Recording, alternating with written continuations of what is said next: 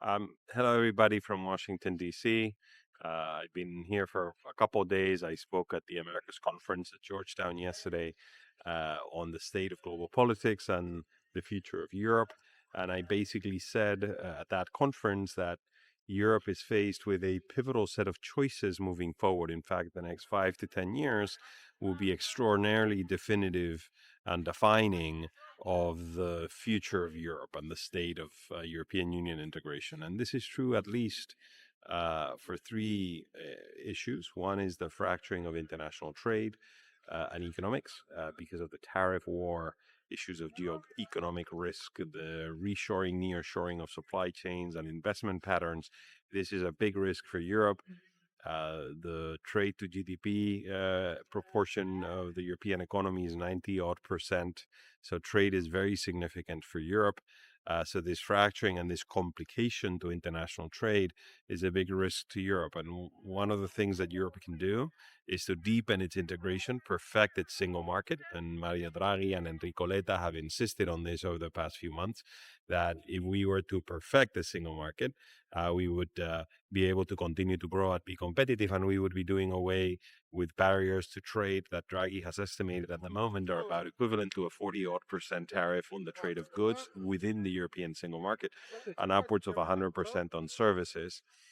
So here, the road for Europe splits. We either perfect and deepen the single market, or we don't, and we're much more exposed to external shocks, lack of competitiveness, and others. In the security and defense space, we also see a fracturing international landscape and weakening alliances, which in Europe is basically about U.S. departure from Europe and its commitments to defense and NATO. And this also poses a big challenge for Europeans because we have not procured fully our own security and defense since the end of the Second World War and the end of the Cold War.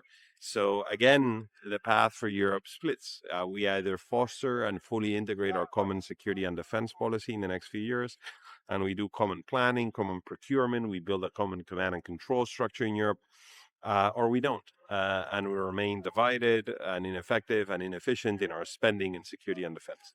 And then the third would be multilateralism. We see the weakening of the UN system, the defunding of UN agencies and its actions. And here again, Europe needs to decide what its role is going to be as a provider of global public goods and a sustainer and underwriter of the multilateral system. And this is a decision for Europeans to make. And we cannot do these things alone as 27 single member states, but as a union, we can, and we can play an important role in this. So as we sit here today in Washington, it is very evident to me that Europe has these two big paths ahead of it.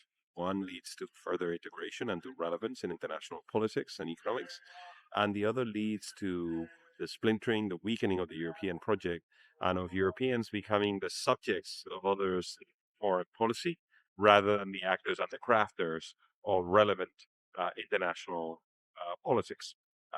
This is what awaits us. And in a few years, we will be able to look back and assess how we did. Thank you, everybody. Bye bye.